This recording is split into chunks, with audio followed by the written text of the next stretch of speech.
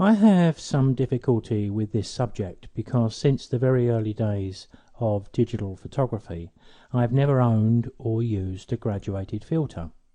I don't believe I need them because I have another way to do exactly the same thing, and we looked at that with auto exposure bracketing and Photoshop. Now I know that many people do use graduated filters, so I do feel the need to say something about them.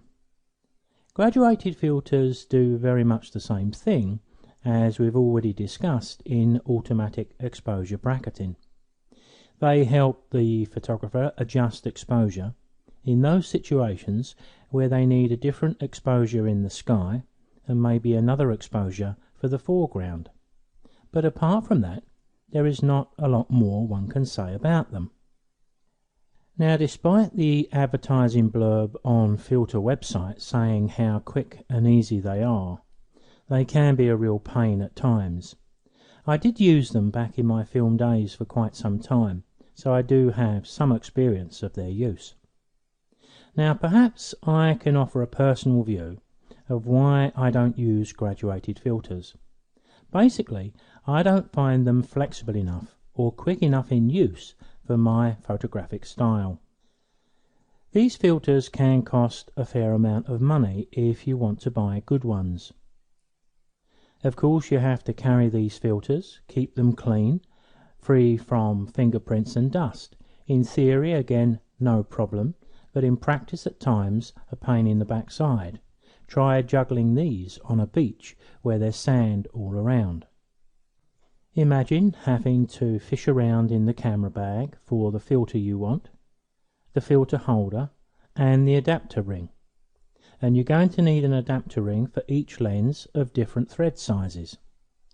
Then you need to screw the adapter ring onto the lens and attach the filter holder. By now I'd have already had about 2 sets of bracketed exposures already captured. Now you're going to need the filter, but which one? And that needs to be got out of its 2-piece box, and the box placed together and put back in the camera bag for safekeeping and to keep things clean. By now I would have taken another batch of images, and even if you're a graduated filter user, you're probably going to need to shoot a couple of images to zero into the best exposure result once you have the filter applied to the front of the lens. Imagine doing this on a beach, or as I saw recently, on a jetty in Narrabeen in Australia. The photographer put his bag down onto the jetty to get a filter out of the bag, but he almost had his bag soaked in seawater as 2 inches broke over the jetty, and he had to grab the bag pretty quick. Just looking at the graduated filters I've taken from the internet here, the ones in the middle are different densities of graduation, but the ones down the bottom have different types of graduation built into the filter, from soft to hard. So you could have quite a batch of filters to carry around. And believe it or not, they even make a special bag to carry the filters. Now, you've probably gathered by now that I'm not a great fan of graduated filters, but some people do get on with them pretty well, and if you're getting a result, then I'm all for using something that works for you. But maybe I can just finish this short section with a quick demonstration in Photoshop of doing exactly the same thing. Using auto exposure bracketing, I've taken 2 shots here. Both of these were taken handheld again. This one here, I've relabeled it, as you can see, was taken at 125th of a second at 5.6. This one has 2 stops less exposure and was given 5/100ths of a second at 5.6. So here I've got the effect of the graduated filter on the sky, and here I've got my foreground. How do we get the two blended together? Well, we apply a layer mask to that top layer, and we can do that down here. Once we have the mask selected, we need to go to the toolbox over on the bottom left and select black as our foreground colour. we need to pick up our gradient tool, and from the options at the top of the screen I'm going to use the default, which is the linear gradient, this one of these 5, and from the drop down box I'm going to use this option, which is foreground to transparent. In our case the foreground colour is black, so we're going to be creating our graduated filter, but we're going to do that on a mask which is going to make parts of this one transparent and create exactly the same effect as a graduated filter. So let me apply my graduated filter from the top to the bottom, and straight away from an exposure point of view we've achieved what we wanted to achieve, but we can quite clearly see that we do have an issue with the two images not being in register. Now these two images are smart objects, so I'm just going to rasterize those because I cannot auto align smart objects. That's a little symbol here. So just to the right of the thumbnail I'm going to rasterize that one and that one, then select both of them because I can do this even though I have a mask attached, and exactly the same as we saw before I'm going to go to Edit, Auto Align Layers, and OK. There we have the effect of our graduated filter. But the advantage we have is our mask is infinitely changeable. I could flood that mask with white, which I'll do with Control Backspace, and I could create as many different gradients as I like. I could bias them at the top or down the bottom to get just the result I'm looking for.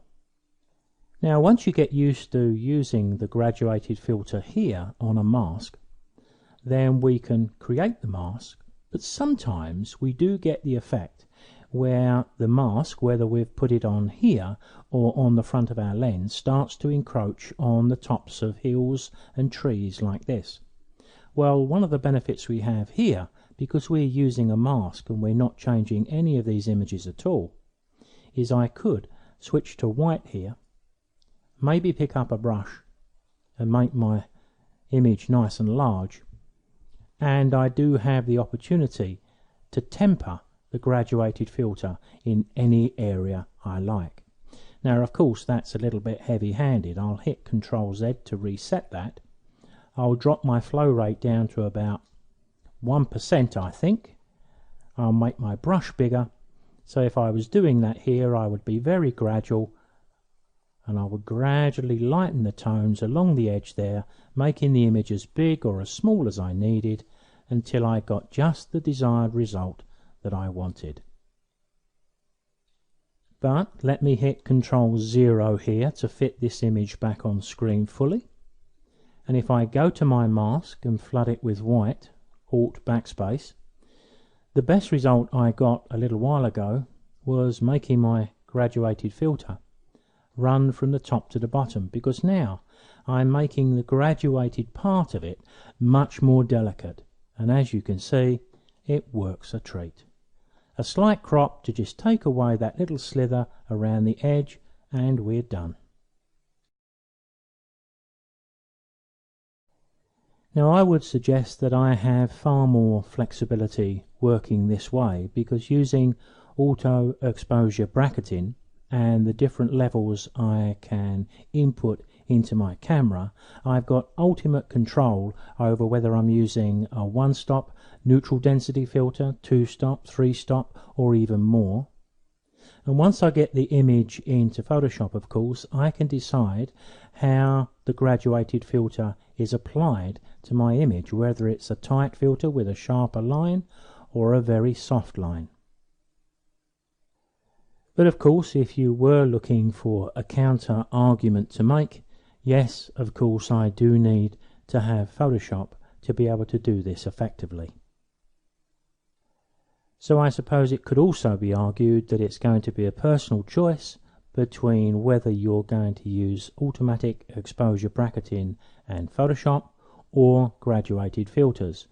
But if you choose the graduated filter route, I would suggest you just buy 1 or 2 to start with and make sure that they're exactly what you want and need before you start spending a lot of money on them.